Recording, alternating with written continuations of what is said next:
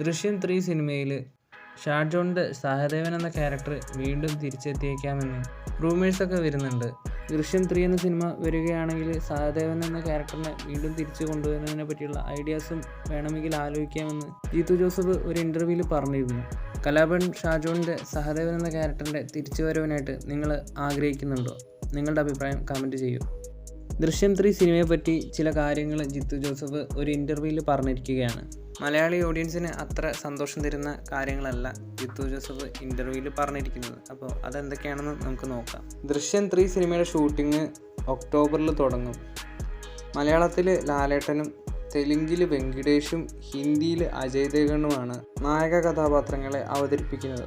ദൃശ്യം 3 സിനിമയുടെ script complete ആവാനായി. Hindi പതിപ്പിന് വ്യത്യസ്തമായ കഥയായിരിക്കുമെന്ന് റിപ്പോർട്ടുകളുണ്ടായിരുന്നു. പക്ഷേ അത് സത്യമല്ല. ഹിന്ദി ചിത്രവും എൻ്റെ കഥയെ അടിസ്ഥാനമാക്കിയുള്ളതായിരിക്കും. എൻ്റെ തിരക്കഥ പൂർത്തിയായാൽ അത് ഹിന്ദി ടീമുമായി പങ്കിടും. അവരത് അവരുടെ കൾച്ചറിൽ മാറ്റങ്ങൾ വരുത്തുകയും ചെയ്യും.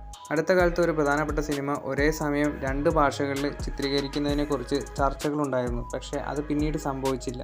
ഹിന്ദി തെലുങ്കു ടീമുകളുമായി ഞാൻ ഒരുമിച്ച് പ്രവർത്തിച്ചപ്പോൾ പോലും അഭിനേതാക്കൾക്ക് ഡേറ്റ് പ്രശ്നങ്ങളുണ്ടായിരുന്നു. സിനിമകൾ ഒരേ സമയം ചിത്രീകരിക്കുന്നതിനെക്കുറിച്ച് ചർച്ചകളുണ്ട്. ഞങ്ങൾ 3 ഭാഷകളിലും ഒരേ സമയം ദൃശ്യം 3 എന്ന സിനിമ റിലീസ് ചെയ്യാനുള്ള സാധ്യതയെക്കുറിച്ച് ചർച്ച ചെയ്തിട്ടുണ്ട്. അതായത് മലയാളം, ഹിന്ദി, തെലുങ്ക് ഭാഷകൾ.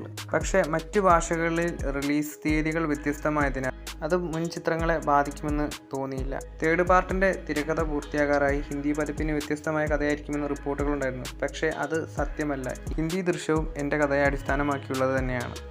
അപ്പോൾ ജിത്തു ജോസഫ് പറയുന്നത് പ്രകാരം മലയാളത്തിലെ ദൃശ്യം 3 സിനിമയ്ക്ക് പാൻ ഇന്ത്യൻ റിലീസ് ഉണ്ടാവാൻ ചാൻസ് കുറവാണ്. എന്തായാലും ഇത് വല്ലാത്ത ചതിയായി പോകുന്നത് തന്നെയാണ് പറയാനുള്ളത്. ജിത്തു ജോസഫ് പറഞ്ഞതിനെ പറ്റിയുള്ള നിങ്ങളുടെ അഭിപ്രായം എന്താണ്? കമൻറ്റ് ചെയ്യൂ.